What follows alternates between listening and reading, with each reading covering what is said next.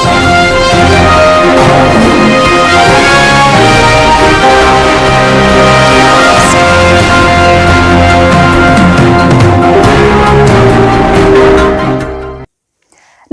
आप देख रहे हैं पंच न्यूज एनसीआर और मैं हूं आपके साथ मानवी ठाकुर। शुरुआत करते हैं आज की खास खबरों से। अधिक अपडेट्स के लिए बने रहिए पंच न्यूज एनसीआर के साथ। चैनल को लाइक, शेयर, सब्सक्राइब करें और बेल आइकन दबाना बिल्कुल न भूलें। बिहार में वोटर लिस्ट रिवीजन जारी रहेगा। चुनाव आयोग को सुप्रीम कोर्ट का निर्देश, आधार, वोटर आईडी, राशन कार्ड को भी पहचान पत्र माने। सुप्रीम कोर्ट ने गुरुवार को बिहार विधानसभा चुनाव से पहले वोटर लिस्ट के रिवीजन जारी रखने की अनुमति दी।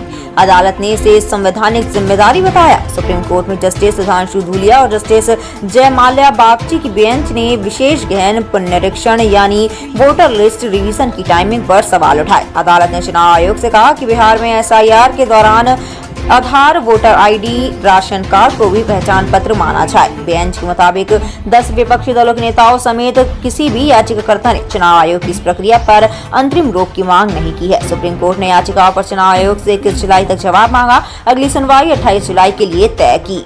विशेष गहन पुनरीक्षण यानी वोटर लिस्ट रिवीजन पर अदालत में करीब 3 घंटे सुनवाई हुई। याचिकाकर्ताओं का आरोप है कि वोटर लिस्ट रिवीजन नियमों को दरकिनार कर किया जा रहा है। वोटर की नागरिकता जांची जा रही है, यह कानून के खिलाफ है।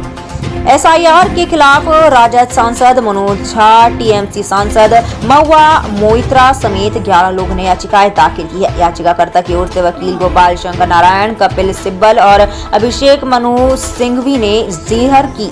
चुनाव आयोग की पैरवी पूर्व अटॉर्नी जनरल के वेणुगोपाल, राकेश द्विवेदी और मनिंदर सिंह ने की। हमने गुहार लगाई मुख्य चुनाव आयुक्त और बाकी के 2 आयुक्तों के समक्ष, छोटे छोटे सवाल पूछे। हमने कहा कि 22 बरस ये नहीं हुआ तो कौन सा पोजीशन पेपर या अप्रोच पेपर आपने डेवलप किया। हमने उनसे कहा कि आपने जब कहा था कि मेरे पदभार ग्रहण करने के बाद अब सारे निर्णय पॉलिटिकल पार्टी से बात करके होंगे, किनसे आपने बात की या किसी एक से बात करके इतिश्री कर ली। 11 दस्तावेज यही मान्य होंगे, बाकी कोई सब अमान्य होगा 25 दिन के अंदर। ये आपको कहां से, किस अध्ययन के आधार पर, किस स्टेक होल्डर एंगेजमेंट के बाद आपने तय किया। मानसून का महीना है, पिछली बार जब हुआ था 22 बरस पहले, जो हमें सूचना है 8 से 10 महीने। अब 25 दिन में 20% लोग आपने स्वयं हमसे मीटिंग में कहा बिहार के बाहर पलायन करके रहते हैं, लेकिन वो चुनाव के दौरान आते हैं। हमने अपना भी उदाहरण दिया कि हमें से कई लोग दिल्ली में नौकरी करने के 10-12 वर्षों बाद तक बिहार के ही वोटर रहे, यहाँ नहीं बनवाया। ये हकीकत है हमारे समाज की। निशाने पे कौन है?